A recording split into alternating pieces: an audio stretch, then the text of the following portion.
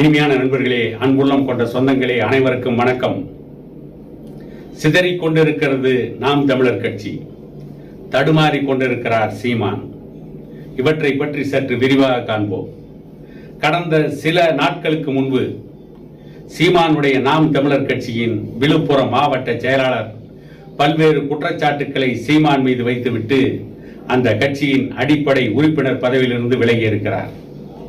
அவர் சொன்ன குற்றச்சாட்டு, சீமான் யாரையும் மதிப்பதில்லை, சீமான் ஜனநாயக அடிப்படையில் எந்த முடிவையும் எடுப்பதில்லை, ஆரம்ப காலத்திலிருந்து இந்த கட்சிக்காக கஷ்டப்பட்டோம், சொந்த காசுகளை செலவு செய்தோம், பல லட்சம் பல கோடிகளை செலவு செய்து இன்றைக்கு ஏமாளியாகி நின்று கொண்டிருக்கிறோம். கட்சி ஆரம்பித்து இத்தனை வருடம் ஆகியும் கூட ஒரு எம்எல்ஏ தொகுதியில் கூட நாம் தமிழர் கட்சி வெற்றி பெற முடியவில்லை. சீமான் எங்களை அழிவு பாதைக்கு அழைத்து சென்று விட்டார். கிட்டத்தட்ட 5 கோடி வசூல் பண்ணி செய்து கொடுத்தோம் என்றெல்லாம் பல்வேறு குற்றச்சாட்டுக்களை சொல்லியிருக்கிறார்கள். இதற்கு முன்பு இன்னும் பலர் சீமான் கட்சியை விட்டு வெளியேறி இருக்கிறார்கள். இடும்பவனம் கார்த்தி முதல் கொண்டு ராஜீவ்காந்தி முதல் கொண்டு பலர் சீமானுடைய கட்சியான நாம் தமிழர் கட்சியை விட்டு வெளியேறி பல்வேறு குற்றச்சாட்டுக்களை வைத்தார்கள்.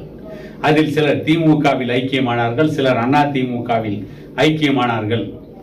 சமீபத்தில் கூட சீமான் கட்சியினுடைய மகளிர் அணியை சார்ந்த ஒரு பேச்சாளர் காளியம்மாளை பற்றி சீமான் பிசிறி என்று பேசியதாக கூட பல செய்திகள் வந்திருக்கிறது.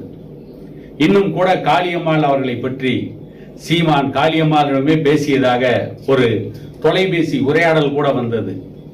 உன்னுடைய இஷ்டத்திற்கு கூட்டம் நடத்துகிறாய், மீனவர்களை வைத்து கூட்டம் நடத்துகிறாய், மீனவ பெண்களுக்கு செல்போன் பரிசு கொடுக்கிறாய் என்றெல்லாம் சீமான் பேசியதாக கூட பல செய்திகள் வந்திருக்கிறது. இவையெல்லாம் ஒரு பக்கம் இருக்கட்டும். சீமான் ஏதோ மிகப்பெரிய குற்றவாளியை போல இன்றைக்கு ஊடகங்களும் காட்டிக் கொண்டிருக்கிறது. அப்படிப்பட்ட ஊடகங்களை திமுக வளர்த்து கொண்டிருக்கிறது. சீமான் குற்றவாளியா நிரபராதியா என்பதல்ல நம்முடைய வாதம். தமிழகத்தில் எந்த ஒரு அரசியல் கட்சி வளர்ந்து வந்தாலும் அந்த கட்சிகளை தொடர்ந்து உடைக்கின்ற வேலையை திமுக காலத்திலிருந்து, கலைஞர் காலத்திலிருந்து திமுக செய்து கொண்டே இருக்கிறது. அண்ணாவிற்கு பிறகு திமுகவிற்கு பொறுப்புக்கு வந்த கலைஞர் ஒவ்வொரு கட்சியாக உடைத்துக் கொண்டே இருந்தார்.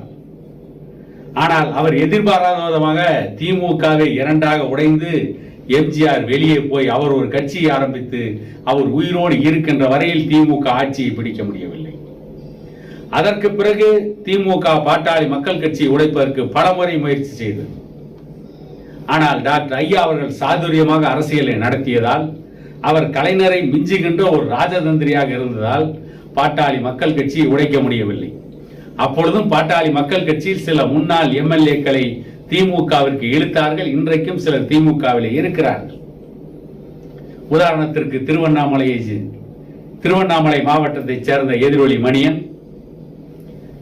எடப்பாடி தொகுதியை சார்ந்த முன்னாள் சட்டமன்ற உறுப்பினர் ஐ கணேசன், இப்படி பலர் திமுகவிலே ஐக்கியமானார்கள். அதிலே ஓரளவுக்கு திமுக வெற்றி கண்டது.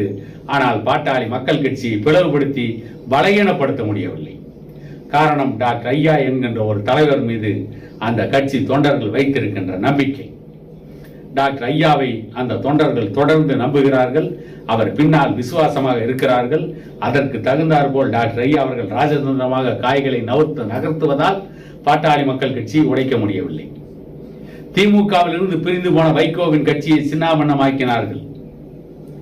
விஜயகாந்துடைய தேசிய முற்போக்கு திராவிடர் கழகத்தை 2016ஆம் ஆண்டில் திமுகவுடன் கூட்டணி வைக்கவில்லை என்கின்ற ஒரே காரணத்திற்காக அந்த கட்சியை உடைத்து சின்னாபன்னமாக்கி அந்த கட்சியில் சட்டமன்ற உறுப்பினராக இருந்தவர்களை எல்லாம் திமுகவிற்கு இழுத்து போனார்கள். அதில் ஒருவர் தான் சேலம் நாடாளுமன்ற தொகுதியில் 5 ஆண்டுகள் எம்பியாக இருந்த SR பார்த்திபன். அதை போலவே அதிமுகவிற்கு போனார் மாப்பா பாண்டியராஜன் தேமுதிகவில் இருந்து. இப்படி பலர் போயிருக்கிறார்கள். பல கட்சிகளை உடைத்து நொறுக்கி இருக்கிறார்கள். அப்படித்தான் இப்பொழுது அவர்கள் நாம் தமிழர் கட்சியும் உடைப்பதற்கு முயற்சி செய்திருக்கிறார்கள் என்றே நான் எண்ணுகிறேன். இருக்கலாம், அது இல்லாமலும் இருக்கலாம். ஆனால் கட்சிகளை உடைப்பதில் கைதேர்ந்தது திமுக. அந்த அடிப்படையில் இப்பொழுது அவர்கள் குறிவைத்திருப்பது நாம் தமிழர் கட்சியை. ஆகவேதான் நாம் தமிழர் கட்சியினுடைய முக்கிய நிர்வாகிகளை எல்லாம் குறிவைத்துக் கொண்டிருக்கிறார்கள். எந்த கட்சியும் மக்களிடம் நிதி வசூலிக்காத கட்சிகள் எதுவுமே கிடையாது.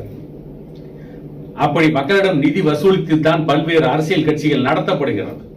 மக்களுக்காக நடத்தப்படுகின்ற கட்சிகள் மக்களிடமிருந்து நிதி வசூலித்து தான் நடத்த முடியும். இன்னும் சொல்ல போனால் மார்க்சிஸ்ட் கம்யூனிஸ்ட் கட்சியை பற்றி, இந்திய கம்யூனிஸ்ட் கட்சியை பற்றி ஒரு விமர்சனம் உண்டு. எப்பொழுது தகரத்தை கண்டுபிடித்தார்களோ அப்பொழுதே அவர்கள் உண்டியலை கண்டுபிடித்து உண்டியல் கொடுக்க ஆரம்பித்தார்கள் என்று கூட அவர்கள் மீது விமர்சனம் உண்டு.